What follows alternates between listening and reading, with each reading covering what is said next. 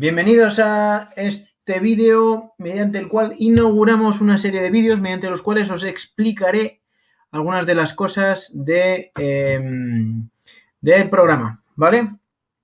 Bueno, este es el primer vídeo de un tema que es en el libro, es el número 10, que se llama Los regímenes totalitarios en la Europa de entreguerras, y básicamente lo que vamos a ver nosotros es el surgimiento del fascismo italiano y del nazismo en Alemania.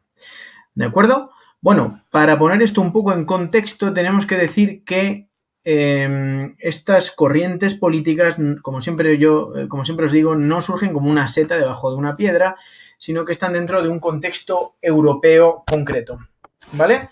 Y para eso tenemos que recurrir a un concepto que es el de la brutalización política.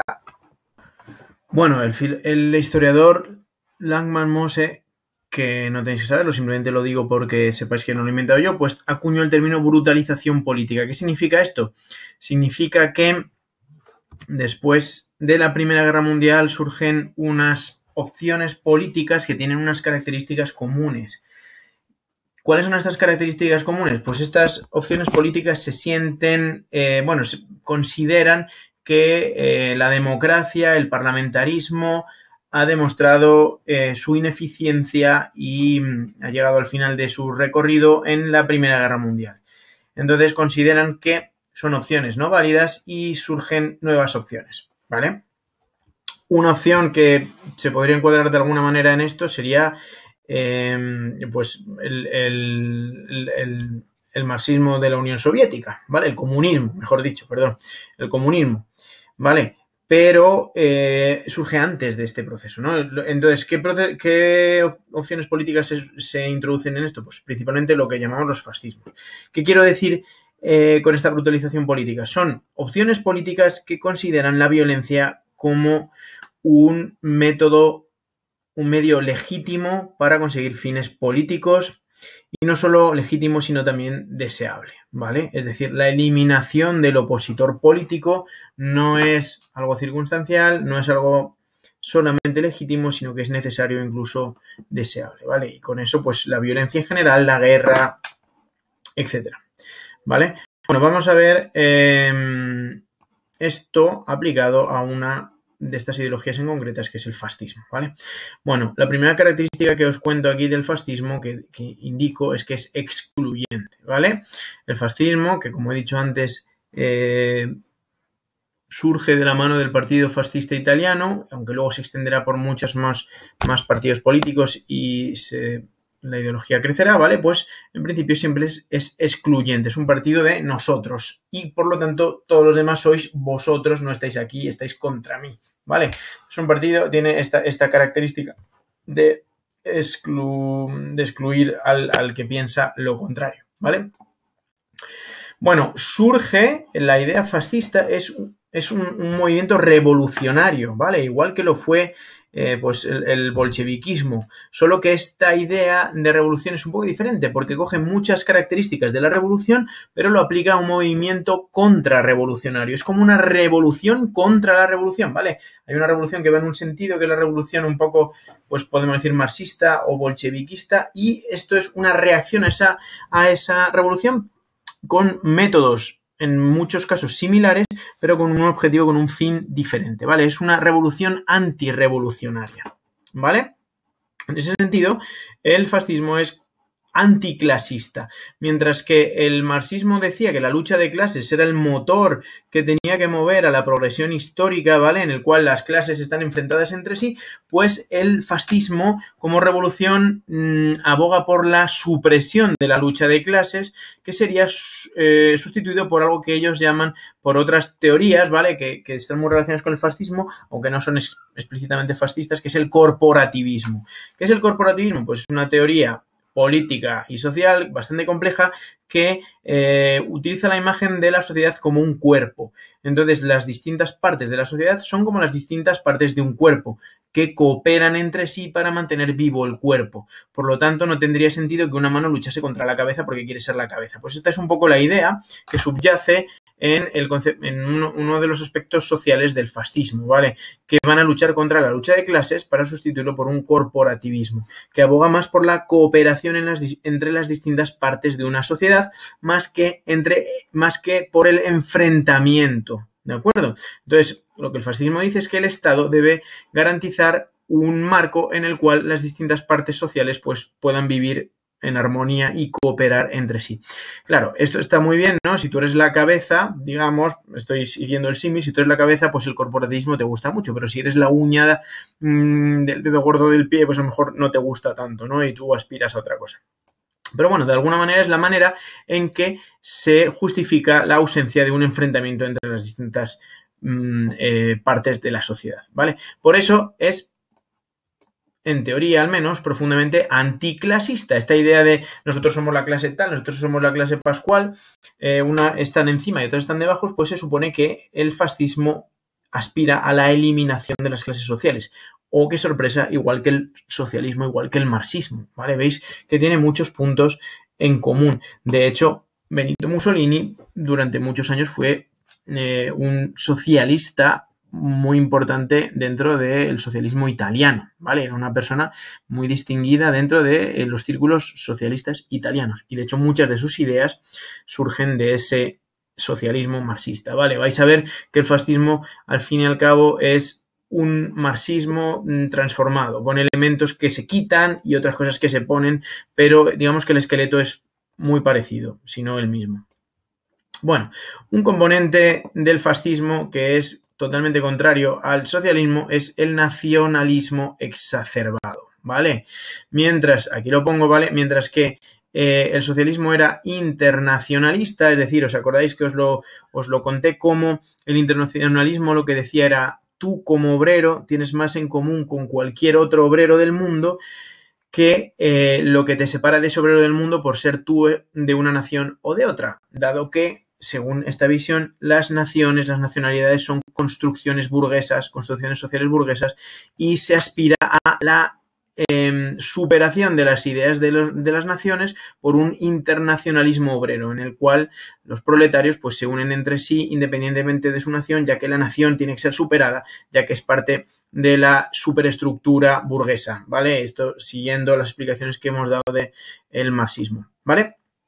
Así que lo que dice Mussolini, estas son sus propias palabras, ¿vale? Es que el fascismo es un socialismo no internacionalista, sino un socialismo nacionalista. Es decir, él rompe esa idea del internacionalismo. De hecho, Mussolini va a ser expulsado del Partido Socialista cuando llega la Primera Guerra Mundial y él abraza con fervor la participación italiana en la Guerra Mundial luchando contra los demás y por supuesto eso es incompatible con el internacionalismo y va a ser expulsado del Partido Socialista, ¿vale?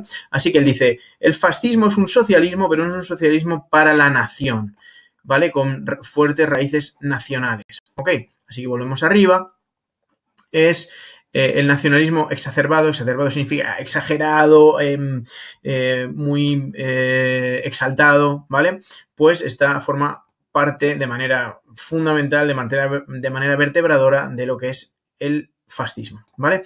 Este nacionalismo exacerbado suele llevar casi siempre, como todos los nacionalismos, lo siento, pero es lo que pienso, como casi todos los nacionalismos, tienen un componente racismo.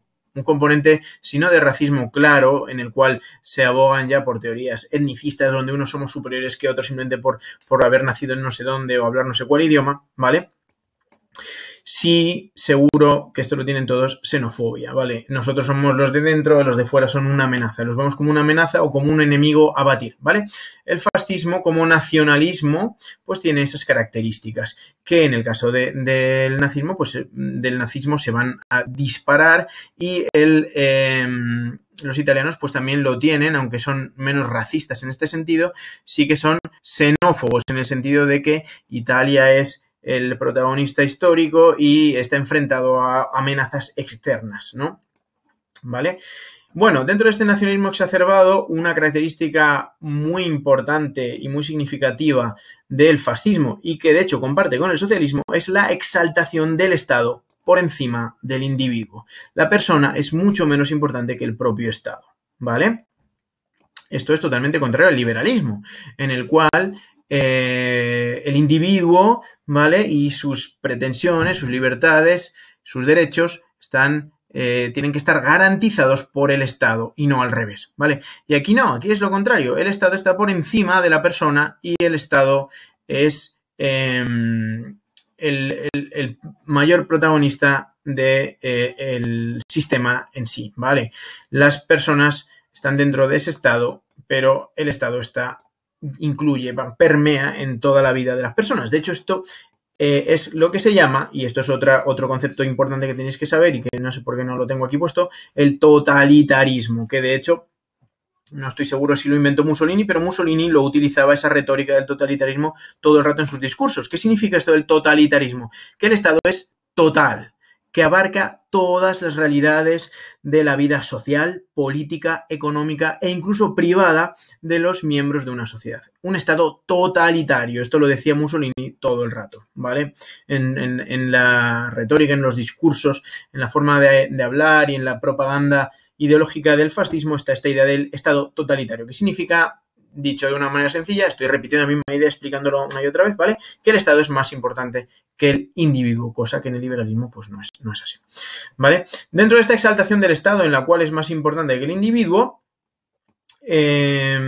otra característica del fascismo, que la podemos relacionar con ese nacionalismo, es que es antidemocrático, porque es también anti-igualitario. Dado que el Estado es más importante que los individuos, el Estado nunca, según esta forma de pensar, debería estar en las manos de individuos particulares, ¿vale? Sino que el Estado tiene que estar en manos de una élite capacitada para llevar ese Estado al destino que le corresponde. Por supuesto, esa élite, ¿quién es? Pues el partido fascista. Como veis, esta idea no son los primeros en inventar, Mussolini no es el primero en manejarla, sino que los bolcheviques, de hecho los bolcheviques, que significaba minoría, pues ya utilizaron esta idea de que la revolución, su revolución, en este caso una revolución marxista, no como esta, que es una revolución fascista, una revolución contrarrevolucionaria, ¿vale? Pero en el caso de los bolcheviques, ellos mismos habían dicho, Lenin y sus compañeros, que la guía del proceso no debía estar en manos de una asamblea o en manos de la masa o las decisiones dejadas a votaciones democráticas, sino que tenía que ser una élite dirigente, en este caso ellos mismos, los que dirigían todo este proceso. Como veis, es muy similar en este caso a ciertas opciones marxistas. Entonces, el fascismo italiano dejaba bien claro que la soberanía del Estado no puede estar en manos de los individuos, sino en manos de una élite, de un partido. Por eso,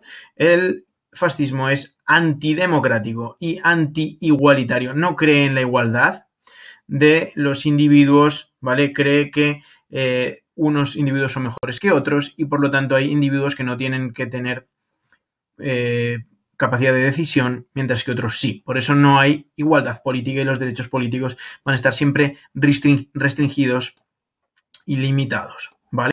Bueno, más características claras del fascismo.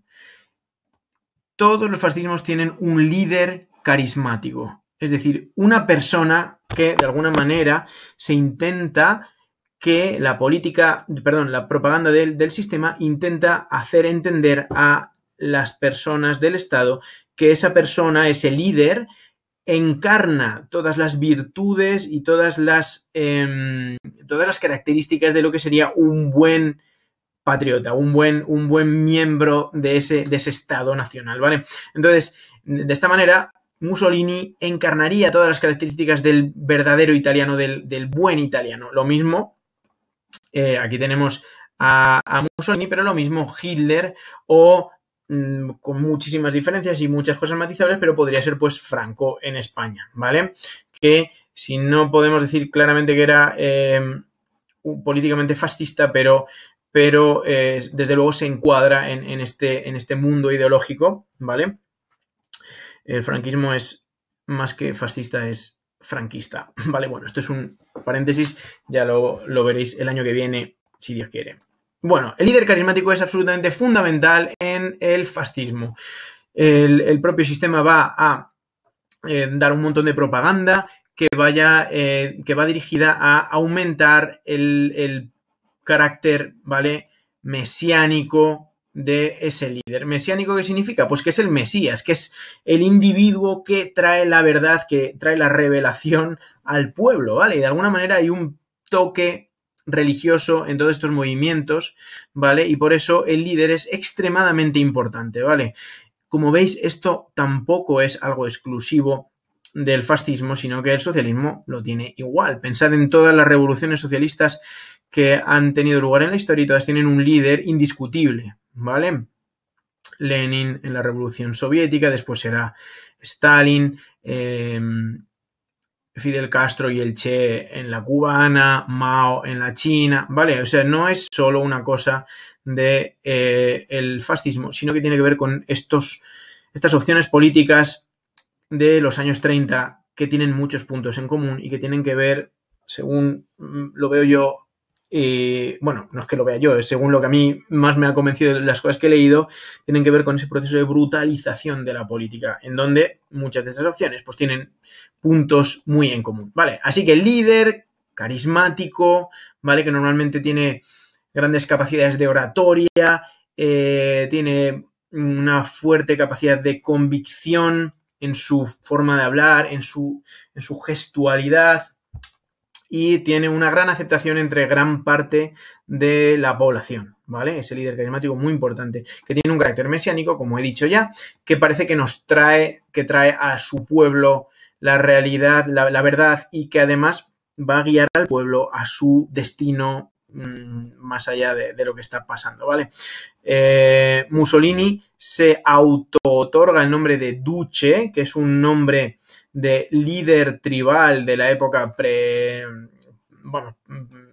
la época prerromana, y Hitler hará lo propio en Alemania, llamándose Führer, que significa lo mismo, es un título de caudillo germano, ¿vale? ¿Qué es un caudillo? Lo mismo que aquí, el Duce, el Führer. ¿Qué es un caudillo? Pues en las sociedades tribales antiguas, ¿vale? De la época de los metales, pues el caudillo era el miembro de la tribu, que la tribu designaba por ser el más listo, el más fuerte o el más capacitado para guiar a la tribu en un momento de crisis. ¿Os cuadra la idea? ¿Vale? Lo mismo, pues Mussolini se auto-otorga ese papel, Hitler o Franco en España, que igualmente se puso el nombre de caudillo, ¿vale? Es la misma idea. Una persona que el momento histórico designa como el guía, el líder que va a llevar a la nación a el destino que le espera para superar con éxito la crisis en la que se encuentra, ¿vale? Bueno, para reforzar este aspecto carismático del líder y este carácter mesiánico, el fascismo va a tener una enorme maquinaria de propaganda, ¿vale? Que se va a llenar de símbolos propios, teatralidad, con esto quiero decir, pues la esvástica, el fascio, los uniformes, las banderas, bueno, todo eso, unos símbolos propios, muy claros, muy fáciles de identificar, ¿vale? Que van a identificar a los miembros del movimiento, ¿vale? De tal manera que tú veías un fascista por la calle, le veías vestido de una manera concreta y lo tenías claro. Un nazi, lo mismo, ¿vale? Las camisas negras, las camisas pardas, los primeros nazis, todo esto. Teatralidad. Teatralidad significa que los actos públicos políticos no son simplemente actos públicos, sino que son espectáculos de luz y color en los cuales se crea un enorme escenario, una escenografía que muchas veces es impresionante, en la cual se transmiten los valores del régimen, ¿vale? De fuerza, de unidad, de valores. Ok, ahora os buscaré algunos ejemplos para que lo veáis. Bueno, así que todo esto tiene un montonazo de propaganda y como veis, estos elementos son comunes no solo al fascismo, sino también a los regímenes totalitarios de izquierdas como son la Unión Soviética, la China comunista, ¿vale? Es decir, ese proceso que a mí me parece muy correcto de brutalización política de los años 30 genera un montón de características políticas que son aplicables tanto a los fascismos como a los regímenes totalitarios de izquierdas. Otra característica muy significativa del fascismo, la exaltación de la violencia. La violencia, como ya he dicho al principio, no solo como un medio político válido, sino como un medio político deseable. Es decir, el buen italiano debe ser violento y si es necesario utilizar la violencia, se utiliza y eso no es ningún problema. Es más, te pueden dar una palmada en el pecho y decir, muy bien, eres un máquina, porque has hecho lo que tenías que hacer, como había que hacerlo. ¿Vale? Bueno, esto respecto a la política. Respecto a la organización social, pues hemos visto esto, anticlasista, corporativista. ¿Qué pasa con la economía? Pues la economía, aunque nos sorprenda, es una economía, porque muchas veces se relaciona el capitalismo con el fascismo. De hecho, hay muchísimas interpretaciones en las cuales algunos historiadores lo consideran, incluso los historiadores marxistas consideran el fascismo como la última fase del capitalismo. Yo no estoy de acuerdo con esto personalmente, porque de hecho las medidas económicas del fascismo se tocan muchísimo con las medidas económicas del socialismo doctrinalmente puro, del marxismo, ¿vale? Entonces, la economía fascista es anticapitalista. Mussolini y otros ideólogos fascistas eran profundamente anticapitalistas y echaban pestes contra el capitalismo, ¿vale? Porque consideran que el capitalismo es la base de que exista la lucha de clases, ¿vale? El capitalismo lleva a una desigualdad económica que genera una lucha de clases, ¿vale? Con lo que el fascismo, sin ser, como ya he dicho, para nada igualitarista y es profundamente anti-igualitario, ¿vale? Sí que va a buscar una economía que busque la mejora de la sociedad y de la situación económica de las clases sociales bajas. Esto es uno de los objetivos claros del fascismo. Lo conseguirá en mayor o menor medida, pero lo tiene como muy claro. Diferencia respecto al marxismo. Afirma y defiende la propiedad privada como un elemento clave de la economía, ¿vale? En ningún momento se cuestiona y es más, se refuerza y se estima como uno de las columnas más importantes de la economía. Otro aspecto que tiene muchísimo que ver y que de hecho está sacado del marxismo, el intervencionismo radical del Estado y la planificación en la economía, ¿vale? No hay liberalismo económico, al menos en teoría no lo hay. No hay la libre actuación de los agentes económicos, sino que el Estado interviene claramente en las decisiones económicas, en los límites de la economía, en los impuestos, etcétera, y planifica la economía. Lo mismo que hicieron los regímenes totalitarios de izquierdas comunistas, ¿vale? Entonces, si recapitulando un poco, cosas que tenemos en común con el socialismo, cosas que tenemos en contra. Mientras que en el comunismo el enemigo está dentro de la sociedad porque es la propia clase burguesa con la que hay que acabar, ¿vale? En el fascismo el enemigo está fuera, son los que amenazan mi nación, ¿vale? Mientras que la lucha de clases vertebra la dinámica política y social en el marxismo, aquí es al revés. La lucha de clases tiene que ser acabada y eliminada y sustituida por un corporativismo. Así que es anticlasista. Estoy repasando, ¿vale? Todo lo que hemos dicho. Mientras que el marxismo es internacionalista, es decir, intenta superar los límites nacionales considerándolos como una construcción de la sociedad burguesa y parte de la superestructura, ¿vale? De la superestructura capitalista. El fascismo la reivindica, ¿vale? Y la exalta. El nacionalismo en el fascismo es radical, es exagerado, ¿vale? Y esto lleva muchas veces a un racismo radical, como ocurrió en el nazismo, o una xenofobia, es decir, miedo al diferente, al de fuera, ¿vale? Dentro de este nacionalismo está la exaltación del Estado, aquí sí que está en común con el comunismo, el Estado es más importante que el individuo, contrario esto al liberalismo, lo cual lleva a una antidemocracia, ¿vale? Y a un anti-igualitarismo, ¿vale? Porque el Estado, siendo tan importante, nunca puede estar ni debe en manos de individuos. Por eso la democracia se considera pues algo erróneo, un error. debe estar en manos de una élite que dirigirá el Estado a el punto en el que le corresponde. En este caso será el partido, ¿vale? Punto aquí en común con el marxismo. Líder carismático, ¿vale? De carácter mesiánico, el caudillaje, una enorme importancia de la propaganda para subrayar estas características del líder, del partido y del sistema, ¿vale? Y una enorme exaltación de la violencia. En el punto económico, anticapitalista, igual que el comunismo, aunque luego no se llevará hasta el extremo, vamos, que al final estos sistemas fascistas pactarán con el capital, ¿vale? Pero bueno, en teoría no lo son. La propiedad privada se afirma y se protege y se acaba con el liberalismo económico y se aboga por la intervención y planificación de la economía.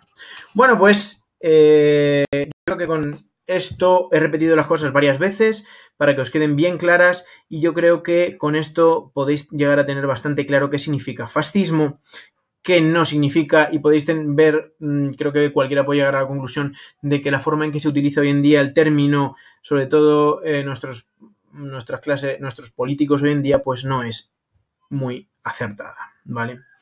Hemos visto cómo tiene puntos en común con otros regímenes, otras ideas políticas que pueden parecer contrarias, pero vemos cómo se tocan en muchos aspectos, ¿vale?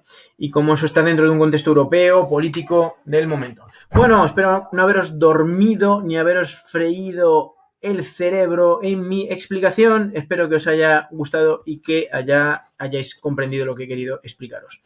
Chao, chao, hasta luego.